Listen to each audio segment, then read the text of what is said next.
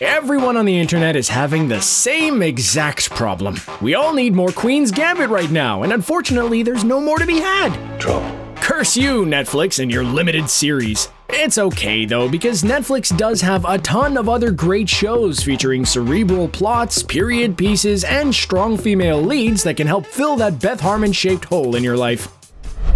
As far as glorious period pieces about complex strategy featuring a cold but lovable female lead goes, the only one on Netflix that truly compares to The Queen's Gambit is The Crown. Netflix's other sensation from late 2020 is famous for a reason. It tells the complex story of Elizabeth II's time as Queen of England. Now, the first couple of seasons featuring Claire Foy's excellent portrayal of the young Elizabeth might start a little slow unless you're super interested in Winston Churchill and post-war Great Britain. The most recent season, however, is the best the series has put out yet. It features the story of both Prime Minister Margaret Thatcher and the young Princess Diana. If you want to see a story about women using complex chess-like strategy and the struggles of mental health and substance addiction, Season 4 of The Crown is the perfect choice. There's no shame in picking up with Season 4 and then going back over the first 3 epic seasons once you finish. Trust me, you'll be hooked.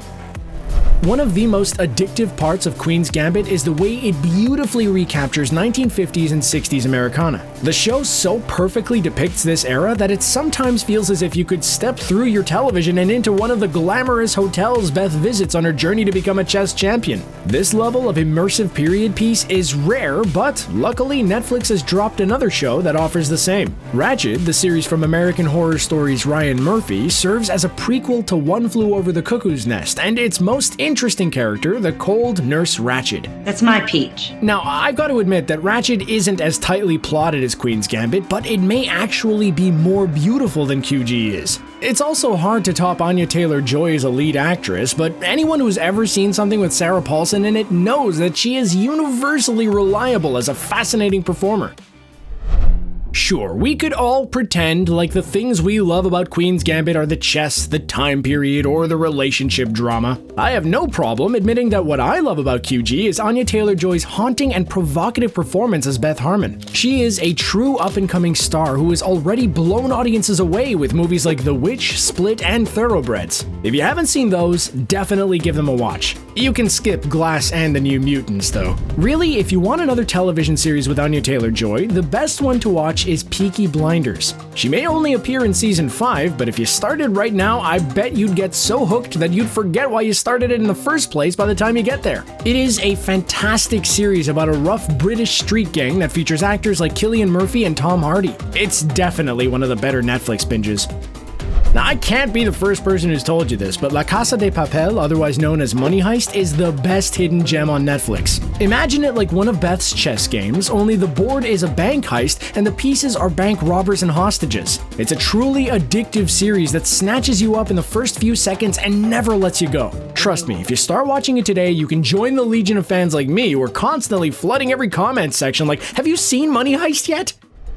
In 2018, one of the biggest Queen's Gambit-style Netflix sensations was The Haunting of Hill House. It not only brought all of the scares usually reserved for big-budget horror films, but it had a fantastic story with well-drawn characters and a few shocking reveals. Honestly, the bent neck lady twist had me seriously shook. Like Queen's Gambit, it deals with mental health struggles, family drama, and substance abuse issues. Unlike QG, there's a good chance that you'll be sleeping with the lights on after you watch. That is, unless you have an irrational fear of chessboards and perfect curls.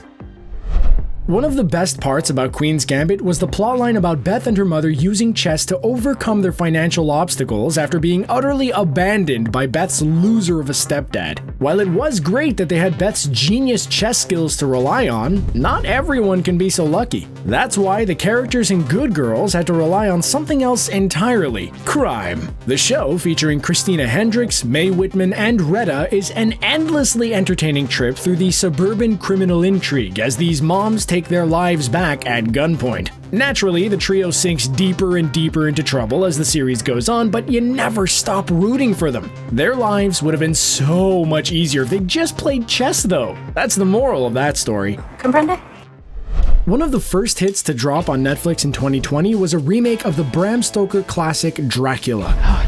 If you like the showdowns between Beth and Borgov, you'll probably love the battle of wits between Count Dracula and Sister Agatha. This series rethinks what it means to be a vampire as it puts a modern spin on the gothic horror story. Unlike some of the others on this list though, this one gets graphic and bloody. If it was its goal to de-romanticize vampires in a post-Twilight world, then it definitely succeeded.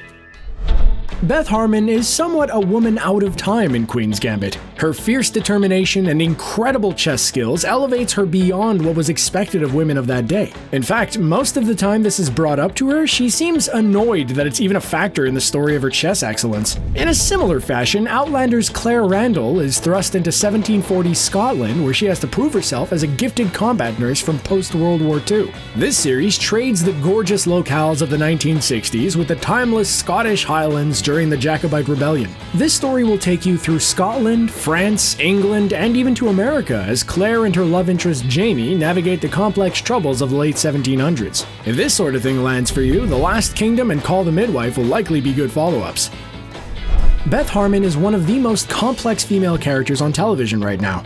Her chess skill is played off against a brutal substance addiction problem that wreaks havoc on her life. This is a similar situation to Jessica Jones from her titular Netflix series. If you aren't much of a Marvel person, don't worry, it's not about the superhero stuff. If you are a Marvel fan, who are we kidding? You've already seen this. Kristen Ritter puts in just as strong a performance as Anya Taylor-Joy as the troubled private detective with superpowers. Only instead of taking on chess geniuses, she has to deal with mind-controlling monsters, her family, and inevitably her own friends. The Netflix Marvel series may have been a bit hit or miss, looking at you, Iron Fist, but Jessica Jones was nothing but hits, usually right to the face. Self-respect! Queen's Gambit introduced so many people to the world of big-time chess tournaments that they currently can't sell chessboards fast enough. I myself have tried to up my skills and can proudly attest that I've gone from terrible to just really, really bad. We can't all play chess on the ceiling. Similarly, the Netflix original Glow introduced a ton of people to the wild and wonderful world of female wrestling. Instead of watching Beth's solo efforts to become the champ, Glow offers a hilarious ensemble of women all vying for low-level stardom. Tragically, Glow got taken down in its prime, but there's still a chance that a movie is on its way to finish the series right. If the world of women's wrestling does it for you, the Karate Kid follow-up Cobra Kai will likely be up your alley. Both feature a ton of 80s nostalgia and some great fight scenes. Somehow, none of those scenes are quite as intense as Beth Harmon playing a simple game of chess though. Who knows? Maybe they'll forget the whole limited series nonsense and give us season 2. Hopefully that helps fill in for some of that post-Queen's Gambit sadness. Shout out in the comments if there are any other shows that we need to check out, and don't forget to like and subscribe for more from ScreenRant.